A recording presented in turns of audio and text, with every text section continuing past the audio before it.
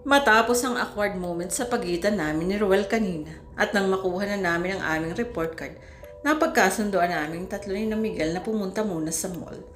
Naku, may nakalimutan pala akong kunin sa library. Sige na, mauna na kayo, sabi ni Miguel. Susunod na lang ako, dagdag pa niya. Sabado ngayon, sarado ang library dahil walang pasok. Hirit naman ni Cindy. Oo nga naman, Miguel, paano mo makukuha ang naiwanan mo doon? Tanong ko. Nakalimutan niyo na yatang tumutulong ako sa library. May kinuha siya sa kanyang bulsa at iyon ay isang susi. Nagkatinginan kami ni Cindy. Oo nga naman. Sige na, mauna na kayo. Promise susunod talaga ako. Sabi ni Miguel at tumakbo na ito palayo sa amin. Ang baklitang iyon talaga. Ano naman kaya ang nakalimutan niya sa library? Tanong ni Cindy sa akin. Ma, kibit balikat ko.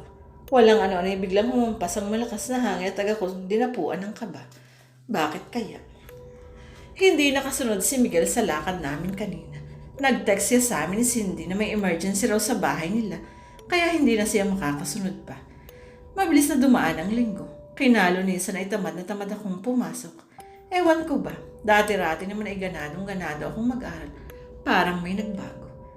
Pagkapasok ko sa school ay nakita kong mayroong nagkukumpulan sa mga library. Agad naman kasi yung makikita pagpasok mo sa school. Imbis na sa classroom ako dumiretso, ay doon ako sa library nagtungo. Tumingked pa ako at umasa sa pagtiyangked kong iyon, ay makikita ko kung anong pinagkakaguluhan nila, ngunit bigo ako. Nakipagsiksikan na lang ako at laking gulat ko naman, nang pagkarating ko sa unahan ay nakita ko ang bangkay ni Miguel na duguan at mayroong 3 rosas sa kanyang dibdib. Napatakip ako sa bibig ko. Excuse me nga, excuse, narinig ko ang boses na iyon ni Cindy. O Rosie, ano bang nangyaya? Naputo lang sinasabi niya nang makita niya ang bangkay ni Miguel. Bumagsak na parang ulan ang mga luha ni Cindy. Agad siyang lumapit sa bangkay ni Miguel at inilagay ang ulo nito sa kanyang mga hita. Napansin niyang mayroong papel sa kamay si Miguel, kaya agad niya itong kinuha at binuklat.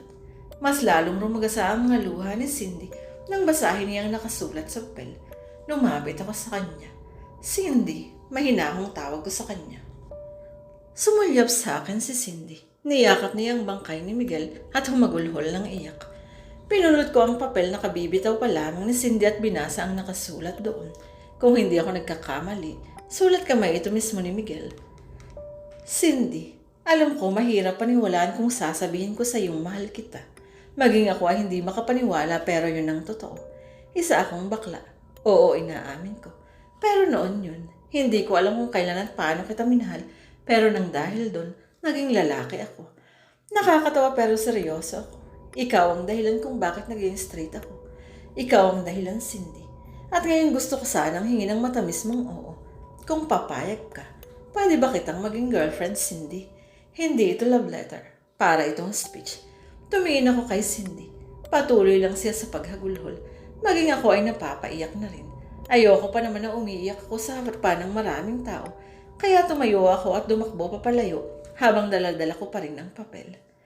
Nang makarating ako sa corridor ay napasandal na lang ako sa pader at doon ako nagsimulang umiyak.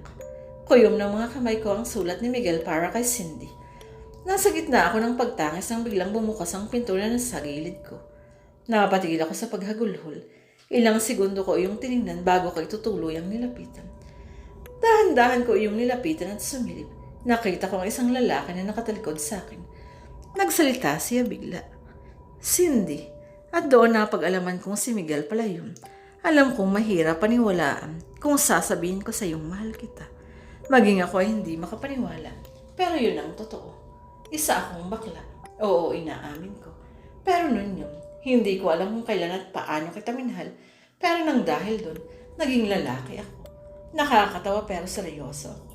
Ikaw ang dahilan kung bakit naging straight ako. Ikaw ang dahilan, Cindy. Tama nga ako. Hindi sulat ang papel na nakuha ni Cindy sa kamay ni Miguel. Isa nga itong speech. Hindi tumigil si Miguel sa pagsasalita. Narinig ko siyang umubo. Ngayon nakaharap na siya sa akin at patuloy pa rin siya sa pag-ubo. Nang muli siyang umubo, ay may lumabas na dugo mula sa kanyang bibig.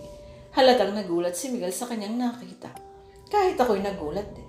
Pagkatapos nun ay patuloy pa na sa pag-ubo si Miguel kasabay.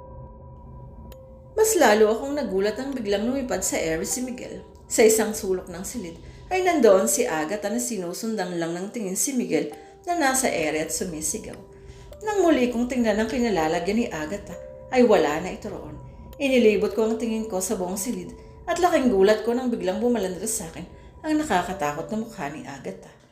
Napasigaw ako at napaatras palayo sa pinto. Takot na takot akong tumakbo palayo sa silid na yun. Takbo lang ako ng takbo. Hindi ko namalayan na nasa gitna na pala ko ng kalsada.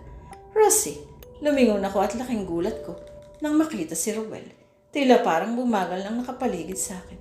Matapos ang pagsigaw ni Rowell sa pangalan ko, ang tanging narinig ko na lang ay ang busina ng isang sasakyan. Tumingin ako sa gilid ko at nakita ko ang isang truck na papalapit sa akin. Patuloy sa pagbusina. Ngunit hindi ko maihakbang ang mga paa ko para itong nakadikit sa kalsada. Mamamatay na ba ako? Pumikit ako at hinintay na tumilapon ang katawan ko pero walang nangyari. Ano yun? Ganun lang? Ganun lang kabilis? Dinilat ko ang aking mga mata para tingnan kung nasa langit na baka ko o ano. Kulay puti ang bumalandras sa akin. Nasa langit na nga yata ako. Iniangat ko ang ulo ko. Nasilaw ako dahil sa liwanag pero nakita ko ang isang silhouette ng lalaki. Patay na ba ako o ano? Kung buhay pa ako, sino itong nagligtas sa akin? Nagising ako dahil sa dalawang bisit na ingay na naririnig ko. Para silang nagtatalo at nang banggitin ng isa sa kanila ang pangalan ko, ay hindi ko muna iminulat ang mga mata ko. Pinakinggan ko muna kung anong pinagtatalunan nila. Hindi ikaw ang gusto ni Rosie. Hindi ka gusto ni Rosie. Iniisip ko pa kung kanino ang boses na iyon. Hindi ko magawang imulat ang mga mata ko dahil natatakot ako na baka mahalata nilang gising na ako. Baka hindi ko pa malaman kung ano ang pinag-uusapan nila. Alam ko, JM. Si JM pala yun. Sino naman kaya ang kausap niya? Layuan mo na lang si Rowell.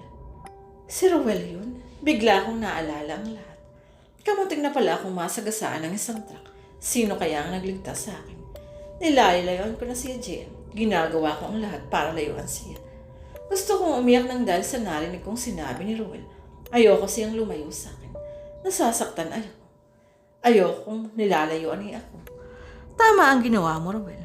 Mahal mo si Rosie, alam ko yun. At kapag mahal mo ang isang tao, kung ano ang gusto niya, susundin mo. Tama ka. Mahal ko nga si Rosie. Sa sobrang pagmamahal ko sa kanya, nakakalimutan ko ng sarili ko. Ganito na lang, Rowell. Total naman nilalayuan mo siya. Palalabasin na lang natin na ako ang nagligtas sa kanya. Sigurado akong hindi niya magugustuhan kung sakaling malaman niya ikaw ang nagligtas sa kanya. Narinig ko ang pagbuntong hininga ni Rowell. That's my cue. Dahan-dahan kong iminulat ang dalawa kong mata. Nagkunwari akong kagigising ko lang. Nakita ako agad na humilig ang ulo ni Rowell sa gawi ko at ang laki ang kanyang mga mata nang makita niyang gising na ako. Rosie, bulong niya. Biglang lumapit sa akin si JM at hinawakan ng kamay ko. Nakita kong napatimbagang si Rowell at nag-iwas ang tingin sa kamay kong hawak ni JM. Rosie, okay ka lang ba? May masakit ba sa'yo? Ano? Okay na ako, salamat. Sagot ko. Tumingin uli ako kay Rowell. Salamat, mat nga pala Rowell, sabi ko. Nakita kong kumunot ang noo ni JM sa sinabi ko at si Rowell naman ay agad nang umisig.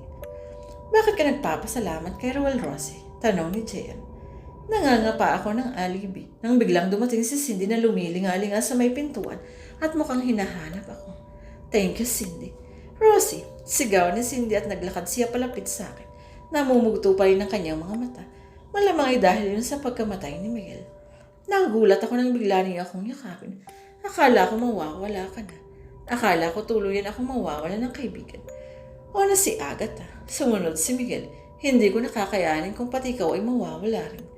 Pagkasabi niya yun ay kumala siya sa pagkakayakap sa akin. Umiyak na naman siya. Agad ko naman iyong pinunasan. Ano ka ba? Malakas ako, no? Biro ko pa sa kanya. Pero bigla na niya akong binatukan. Napahawak tuloy ako sa bato ko. Nakukuha mo pang magbiro ng ganyan, Rosie. Kunwaring nainis na sabi ni Grace. Narinig kong tumawa si Rowell. Tingnan ko naman siya ng masama. Bakit kung umasta siya ngayon ay parang walang away na naganap sa aming dalawa? Cindy, huwag mo namang saktan si Rosie, sabi ni JM. Sorry naman. Kasi nakuha pa na yung magbiro pagkatapos ng lahat ng nangyari sa kanya. Kaya naman talaga